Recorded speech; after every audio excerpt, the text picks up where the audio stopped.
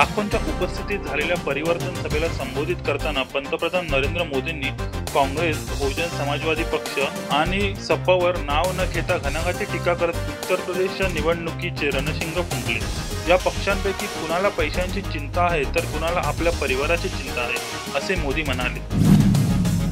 सर्वोच्च न्यायालयाने कडक कारवाई करत अनुराग ठाकूर यांना बीसीसीआयच्या प्रमुख पदावरून हटवलं आहे। लोढा समितीच्या शिफारसी लागू न केल्याबद्दल ही कारवाई करण्यात आली आहे। अनुराग ठाकूर यांच्यासोबतच बीसीसीआयचे सचिव अजय शिर्केंनाही पदावरून हटवण्यात आलं आहे। महिला सुरक्षेच्या बाबतीत दिल्लीपेक्षा बंगळुरूमधील परिस्थिती दिवसेंदिवस गंभीर होत चालली आहे। 31 डिसेंबरच्या रात्री 9 वर्षाच्या स्वागतासाठी जमलेल्या महिलांची हुल्लडबाजांनी छेड काढली। धक्कादायक बाब म्हणजे परिसरात 1500 पोलीस तैनात असतानाही हा प्रकार घडला। जात धर्म भाषेच्या नावावर मतं मागणं बेकायदेशीर असल्याचा ऐतिहासिक निर्णय सर्वोच्च न्यायालयाने दिला आहे।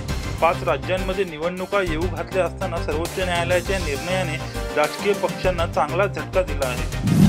मुंबई महापालिकेवर पुन्हा शिवसेनेचाच महापौर निवडून येणार असे वक्तव्य शिवसेना पक्षप्रमुख उद्धव ठाकरे यांनी मुख्यमंत्री देवेंद्र फडणवीस यांच्या उपस्थितीत केले आहे।